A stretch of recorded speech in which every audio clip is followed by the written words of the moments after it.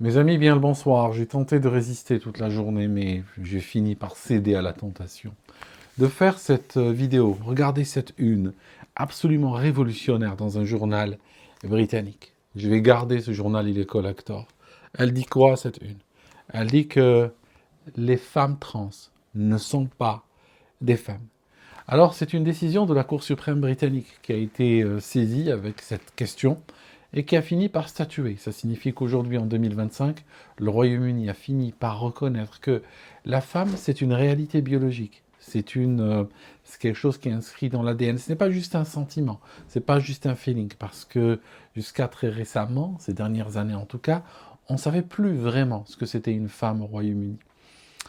Alors l'implication de ce jugement, les implications sont très profondes. Premièrement, pourquoi le journal écrit ceci en grand? C'est une, euh, c'est une manière d'affirmer quelque chose qui jusqu'à hier, jusqu'à il y a 2 jours, jusqu'à il y a 3 jours, pouvait finir devant la justice. Ça signifie cette même une, si elle avait été publiée il y a une semaine, le journaliste aurait perdu son travail et les locaux de ce journal auraient subi un raid par la police et ça aurait été un crime de haine, littéralement. Vous voyez, ça a changé en une nuit. Je ne dis pas que le pays est en train de retrouver sa santé mentale, je ne dis pas ça, d'accord? Personnellement, si j'avais eu à voter, j'aurais voté ni pour ni contre. Je me serais absolu. Je ne crois plus du tout en ce pays. Ce pays est complètement dans un délire collectif. Et même si ils ont réglé ce problème en particulier, ça ne les empêchera pas demain matin de trouver une autre Libye et continuer à la poursuivre avec hystérie. Je vous donne juste quelques exemples peut-être dans ce dossier et ce qui va changer.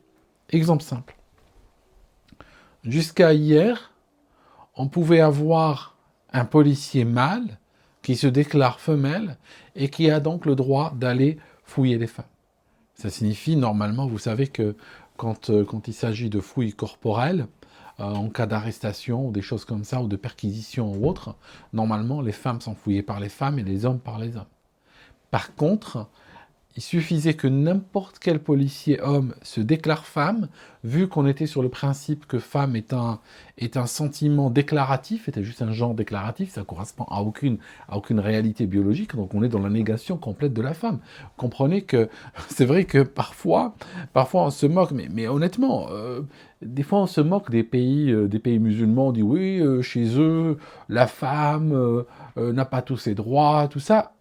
En réalité, il a fallu attendre avril 2025 pour que un pays comme le Royaume-Uni réalise que la femme existe, hein. Peut-être que d'ici quelques temps, on découvrira autre chose. Mais pour le moment, ça semble être un pas, on va dire, quasi révolutionnaire dans la bonne direction. Revenons à cette histoire de flics. La police vient de déclarer qu'à partir d'aujourd'hui, les femmes auront le droit d'être fouillées par des femmes, pas par des hommes qui se disent femmes. Et savez-vous que si la femme avait refusé, elle aurait aggravé son dossier parce qu'elle aurait fini avec crime de haine. Je vous donne juste un autre exemple.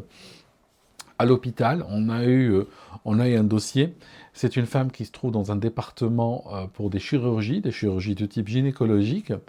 Et à un moment donné, en pré-opératoire et en post-opératoire, eh bien, on va lui assigner une infirmière qui s'occupe d'elle. Ça implique énormément de choses, des nettoyages, des changements de pansement, des médicaments, tout ça.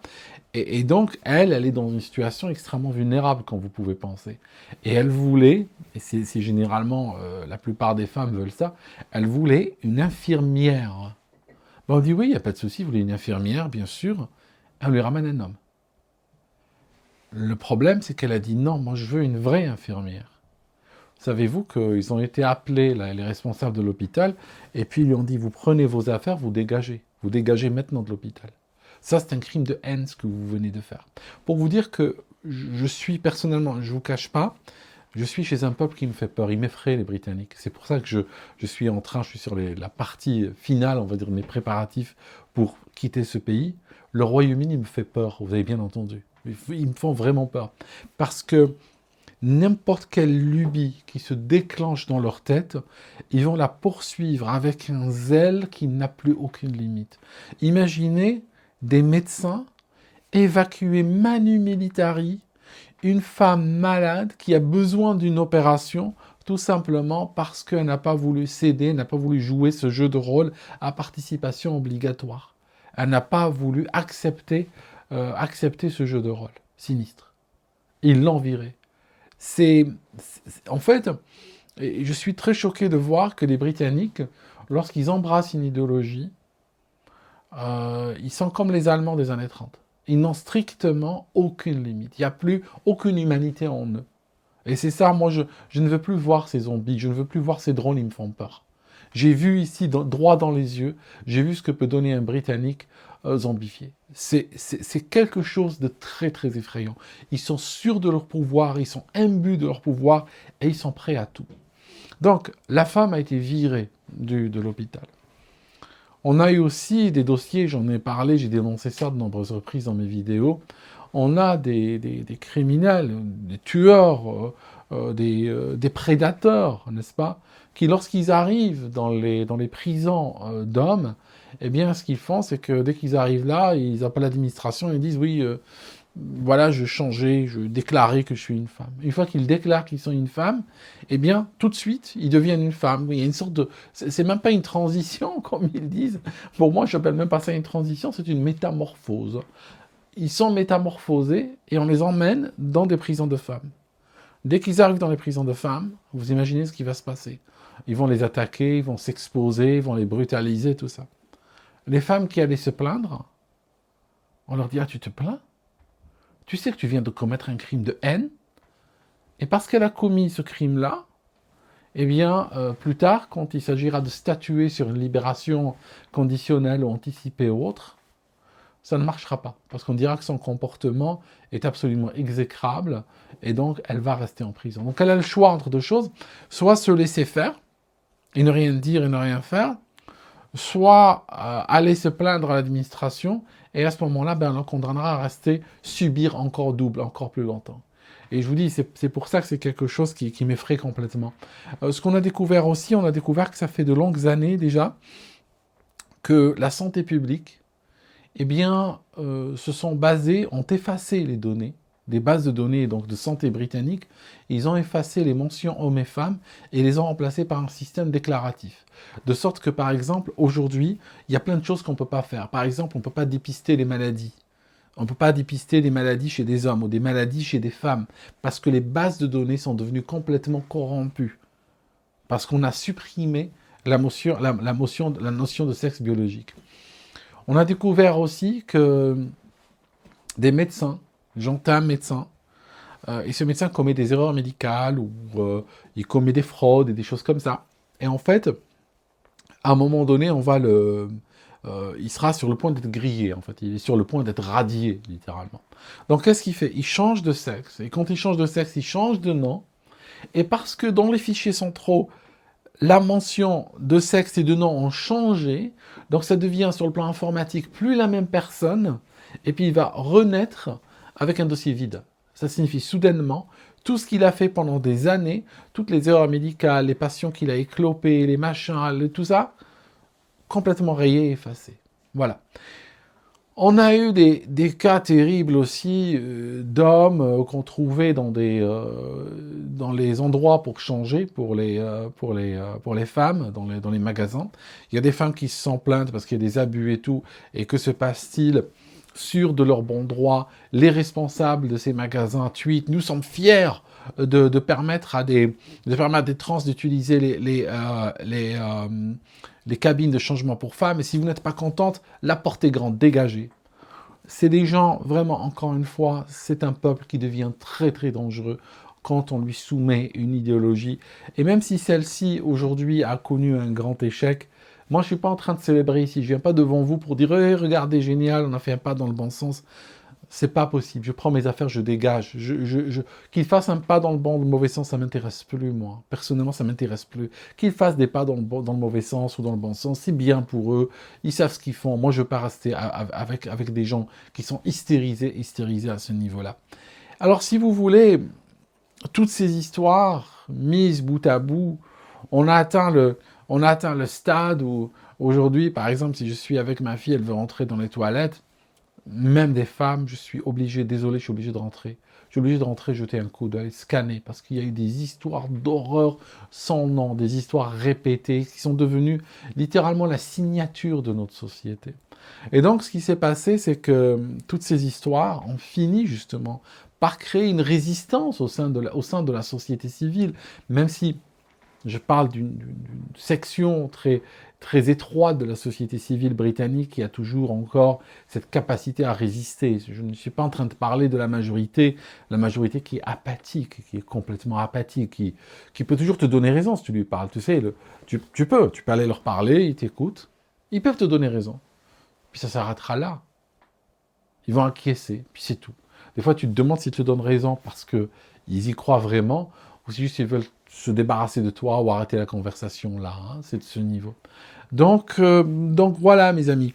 Ceci a fait que, à un moment donné, l'affaire est arrivée devant la Cour suprême qui a statué. Et comme je vous ai dit, ça veut dire quoi? Ça veut dire que cette décision, elle est valable maintenant, elle est valable dans le futur, mais elle est valable dans le passé aussi. Ça veut dire qu'en fait, jamais au Royaume-Uni, donc pour toutes les procédures passées, jamais un homme n'a pu être une femme en réalité. Hein, ça n'existe pas, ça. Et remarquez aussi une dernière chose, qu'on est en train de statuer sur la femme, pas sur l'homme. Parce que si vous regardez par exemple chez les sportifs, vous allez très rarement trouver une femme qui se dit homme pour aller participer chez les sportifs mâles. Ça n'existe pas, ça. Vous n'allez jamais voir ça. Par contre, ce qu'on voit, on a vu un déferlement assez puissant, une vague de fond vraiment, d'hommes arrivant puis jouant, faisant la compétition chez les femmes. Et généralement, ils gagnent, mais ils gagnent de très très loin. Et on a vu des fois, on a vu des victoires assez grotesques. Genre, par exemple, tu as de la natation et tu as l'homme qui arrive en premier, et puis les femmes arrivent plusieurs bassins derrière. C'est pas comme dans les courses équilibrées où il y a photo, tu as le premier qui arrive, et puis un quart de seconde celui le deuxième, et un quart de seconde le troisième. Non, non. Là, tu as le premier qui arrive, il bat un record historique, et puis après, bon, le dernier. On a même vu des compétitions sportives où les deux finalistes étaient des hommes, des compétitions sportives féminines. On a vu des courses à pied où t'as l'homme qui arrive, et puis la femme, il arrive seul, hein, je veux dire, la deuxième, elle est à plusieurs minutes derrière, elle finira par arriver un jour, et après il va battre un record qui va rester intouché. On a vu des femmes comme à l'escrime qui a arrêté, qui a dit moi je ne joue pas. Le problème, c'est que ces femmes qui refusent de jouer, parce qu'il y a plein de gens qui disent ouais, mais les femmes n'ont qu'à refuser de jouer. Ça, malheureusement, ce propos, mes amis, il ne faut pas le tenir, je vais vous dire pourquoi. Parce que ce propos est un shift de blâme, est un renversement de blâme. C'est dire à la femme, tu sais quoi?